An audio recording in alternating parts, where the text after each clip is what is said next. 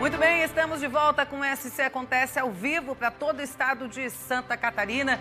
E na nossa estreia de hoje estamos recebendo agora o governador Carlos Moisés da Silva para participar de um bate-papo comigo e com o comentarista Roberto Azevedo. Roberto, boa tarde. Boa tarde, cara. Governador, muito obrigada por aceitar o nosso convite, por estar aqui com a gente nesse dia tão importante.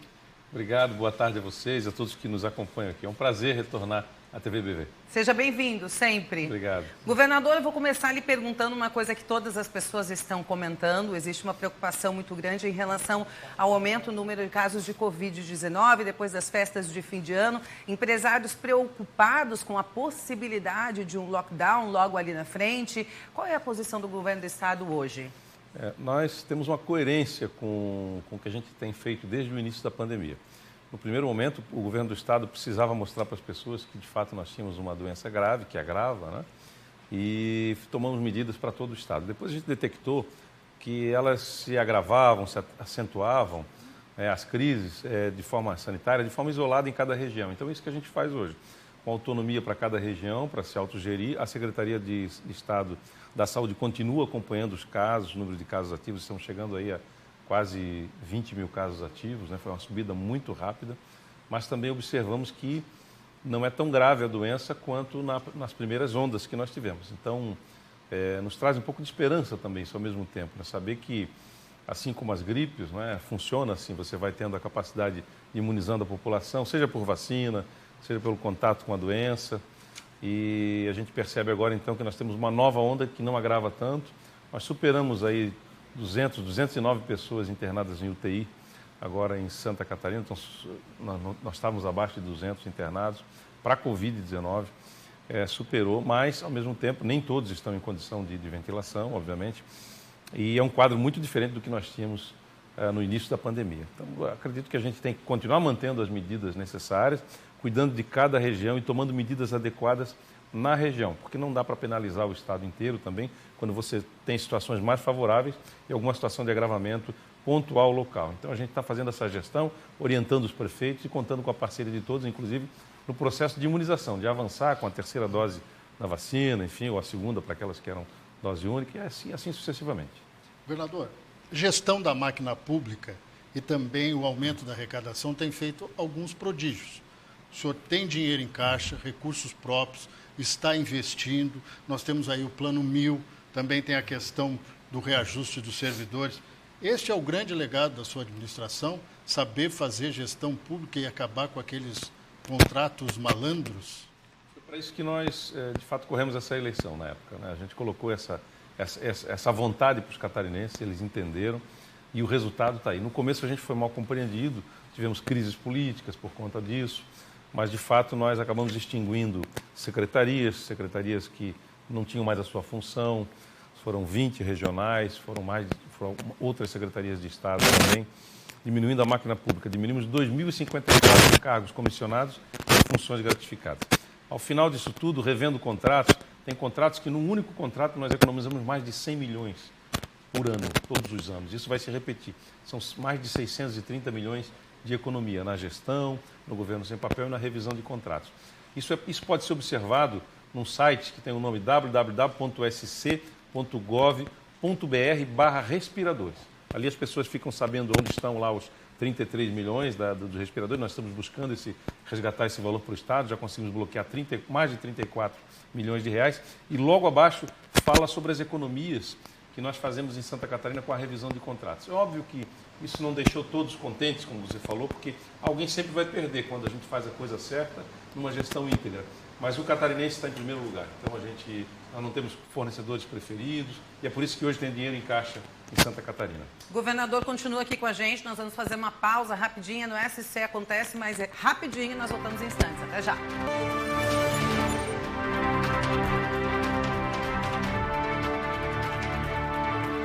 Muito bem, voltamos e seguimos com a entrevista com o governador de Santa Catarina, Carlos Moisés da Silva. Governador, finalizando o assunto ali em relação à recuperação econômica, existe mais algo a ser feito ainda para 2022?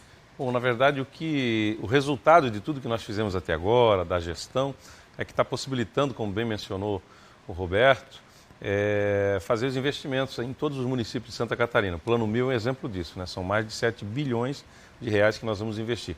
Mas antes mesmo do Plano 1000, nós já vínhamos investindo em pequenos e médios municípios para mais de 3 bilhões e meio de reais, honrando as emendas parlamentares. Nós pagamos emendas da legislatura anterior, inclusive, que não tinham sido honradas pelos governos anteriores. É o primeiro governo que paga as emendas, que cumpre as emendas indicadas pelos parlamentares. São mais de 1 bilhão de reais em emendas. Tudo isso mostrou o quê? A nossa saúde fiscal. Nós recebemos o Estado com uma dívida de 750 milhões na saúde, colocamos em dia, pagamos os fornecedores, entramos em pandemia, imagina entrar em pandemia com o Estado devendo, com o Estado no SPC. Nós tiramos o Estado do SPC. Hoje agora tem dinheiro em caixa, é resultado da gestão íntegra. Inclusive, muitas obras esperadas em todas as serras catarinenses, Serra do Corvo Branco, Serra da Rocinha, Serra do Faxinal, Serra do Rio do Rastro, né? Nós estamos fazendo as encostas. O senhor até falava de uma questão, que o trabalho que está sendo feito na Serra do Rio do Rastro é uma contenção que serviria para esse caso que aconteceu lá em Minas Gerais, essa tragédia que aconteceu em Minas Gerais. Lá eu não conheço profundamente a questão, mas o que acontece é semelhante aqui, é deslocamento de rocha, onde as pessoas estão próximas, no caso, subindo ou descendo a Serra do Rio do Rastro. O que a gente fez ali, uma obra de cerca de 20 milhões de reais investidos, em parceria, inclusive, com a Defesa Civil Nacional, colocar fusos, parafusos no interior da rocha e uma tela presa a esses parafusos. Então, uma obra importantíssima de difícil execução e que já está pronta, entregue para os catarinenses.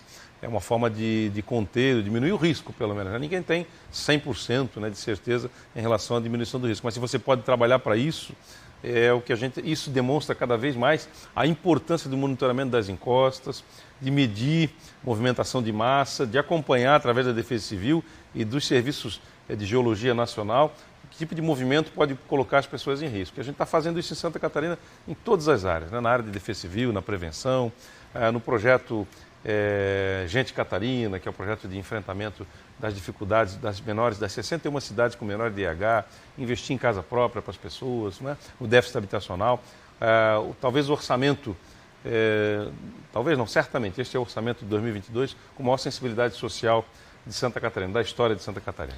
Seu relacionamento com a Assembleia melhorou muito. Existe hoje uma base definida dentro do Parlamento que lhe ajuda. Mas agora o senhor enfrenta esse ano algumas situações. Primeiro, troca do presidente da casa. Sai Mauro de Nadal, deve por acordo entrar Moacir Sopelsa, ambos do MDB. Mas tem também a questão da legislação eleitoral que impede o governo de fazer repasses no segundo semestre desse ano. O senhor acredita que isso aí atrapalha o governo? Bem, nós temos o lançamento de muitas obras e o governo pode continuar assim aplicando recursos desde que ele tenha movimentado o convênio, antes desse ano eleitoral, que é o que aconteceu até o ano passado. Então nós temos muitos convênios que já iniciaram obras importantes que estão sendo executadas dentro dos municípios. Essas obras não param. E as obras estaduais, como o exemplo da ponte do Pontal em Laguna, eu dizia para você que hoje eu fiquei preso na balsa, A balsa ficou atolada não, ela ficou aí encalhada em umas rochas até que o rebocador trouxesse. Nós vamos construir uma ponte ali. O projeto deve ser apresentado para o governo, fizemos uma licitação, a empresa ganhou. Até a primeira semana de março nós teremos o projeto dessa nova ponte do Pontal. Investimento em todas as regiões de Santa Catarina, Extremo Sul também teve, ponte sobre o Rio Araranguá e assim por diante. Esta é uma rodovia estadual, não vai ter problema, a gente não repassou nada para o município, nem vamos repassar, será obra própria. Então, o governo não para, mesmo em ano de eleição, as obras próprias ele continua passando e aquelas em que ele já fez um movimento, repassando algum valor, conveniando com os municípios, essas também não param. Para a gente finalizar a entrevista, nosso tempo está acabando, mas antes eu queria saber, já sei que confirmou a sua candidatura à reeleição agora na próxima eleição, mas queria saber como fica o seu posicionamento em relação aos candidatos à presidência da República.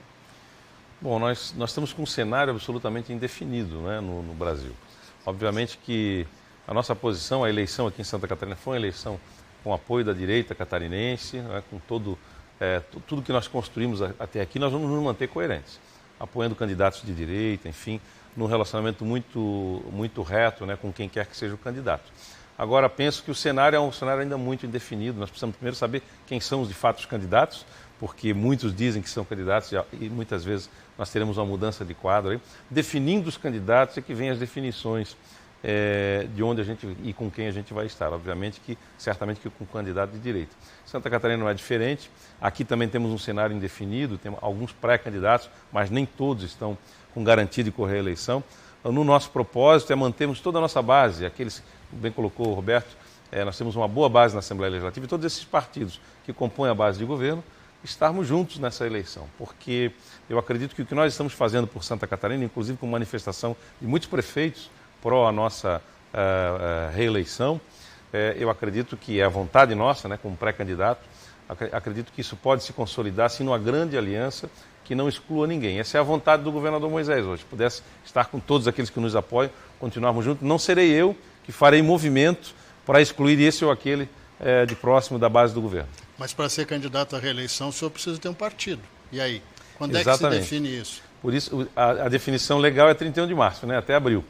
Mas, obviamente, que a gente está construindo, né, conversas, diálogos, mas a nossa vontade é que eu esteja num partido neutro, um partido que não seja eu a razão pela qual alguém nos deixa e vai correr uma candidatura própria. Todos terão condição de caminhar conosco, porque a gente vai fazer uma escolha que não agride nem um lado, nem outro, enfim, aqueles que nos fizeram o apoio, né, e a base e a caminhada durante esses 3 anos aí de governo, com ótimos resultados. Mas tempo de rádio e televisão conta nessa sua decisão? Claro, é importante, por isso que a gente pensa também em conciliar, em fazer talvez algumas coligações na majoritária, para que a gente possa ter um pouco mais de tempo para falar do que nós construímos em Santa Catarina, que nem todos os catarinenses ainda conhecem.